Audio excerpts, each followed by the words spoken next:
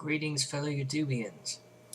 The next passage in the Gospel of Matthew, it's not explicitly a prophecy, but it does give an account of Jesus trying to instruct the Jewish leaders regarding Scripture, and thought it was interesting enough to address. This is in Matthew 22, verses 23 through 32. The same day some Sadducees came to him, saying there is no resurrection. And they asked him a question, saying, Teacher, Moses said, if a man dies childless, his brother shall marry the widow, and raise up children for his brother. Now there were 7 brothers among us. The first married and died childless, leaving the widow to his brother. The second did the same, so also the third, down to the 7th. Last of all, the woman herself died. In the resurrection, then, whose wife of the 7 will she be? For all of them had married her. Jesus answered them, You are wrong, because you know neither the Scriptures nor the power of God. For in the resurrection they neither marry nor are given in marriage, but are like angels in heaven. And as for the resurrection of the dead, have you not read what was said to you by God? I am the God of Abraham, the God of Isaac, and the God of Jacob. He is God not of the dead, but of the living. Now, Jesus is quoting from Exodus chapter 3, verse 5, which I'll go ahead and read. And also, it's going to tie into something I'm going to do later in this video. I'm going to leave the Hebrew words for God untranslated in the passage.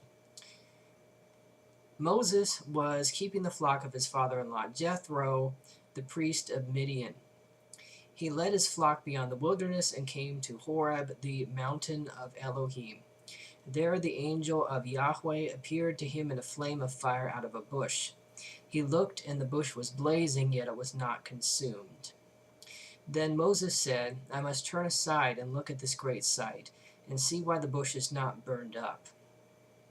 When Yahweh saw that he had turned aside to see, Elohim called to him out of the bush, Moses, Moses. And he said, Here I am. Then he said, Come no closer. Remove the sandals from your feet, for the place on which you are standing is holy ground.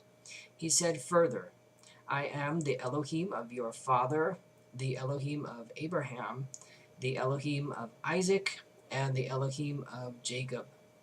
And Moses hid his face, for he was afraid to look at Elohim. So, Jesus quoted the scripture properly, but there's absolutely nothing there regarding the assertion that he's made, that he is God not of the dead but of the living. There's nothing in the passage in Exodus to support the claim that he's making. Now, I did notice in the latter part of chapter 3 of Exodus, there was a heading here called The Divine Name Revealed. And I wanted to read that also. This is from verses 13 through 16 in Exodus 3. But Moses said to Elohim, If I come to the Israelites and say to them, The Elohim of your ancestors has sent me to you, and they ask me, What is his name? What shall I say to them? Elohim said to Moses, I am who I am. He said further, Thus you shall say to the Israelites, I am has sent me to you. Elohim also said to Moses, Thus you shall say to the Israelites, Yahweh, the Elohim of your ancestors, the Elohim of Abraham, the Elohim of Isaac, and the Elohim of Jacob, has sent me to you. This is my name forever, and this is my title for all generations. Go and assemble the elders of Israel, and say to them, Yahweh, the Elohim of your ancestors, the Elohim of Abraham, of Isaac, and of Jacob, has appeared to me, saying, I have given heed to you and to what has been done to you in Egypt. So, that's one place where Yahweh reveals the divine name to Moses. And I found another place a couple of chapters later where something similar happens. This is in Exodus chapter 6, verses 2 through 3. Elohim also spoke to Moses and said to him, I am Yahweh. I appeared to Abraham, Isaac, and Jacob as El Shaddai, but by my name Yahweh I did not make myself known to them. Really?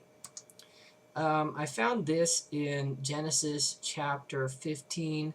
I'll read verses 1 through 11. This is regarding God's covenant with Abram. After these things, the word of Yahweh came to Abram in a vision. Do not be afraid, Abram. I am your shield. Your reward shall be very great. But Abram said, O Yahweh Adonai, what will you give me? For I continue childless, and the heir of my house is Eliezer of Damascus. And Abram said, You have given me no offspring, and so a slave born in my house is to be my heir. But the word of Yahweh came to him, This man shall not be your heir. No one but your very own issue shall be your heir.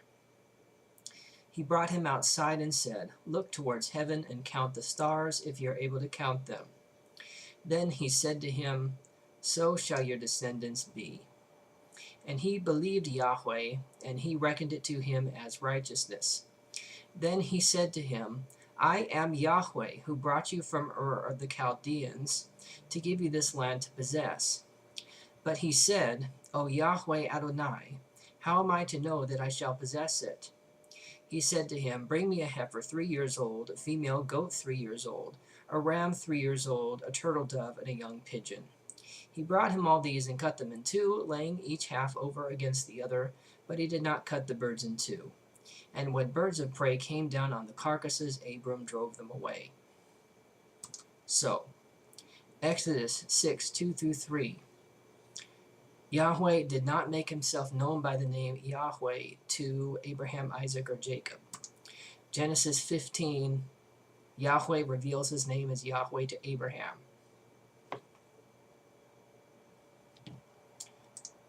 That's it.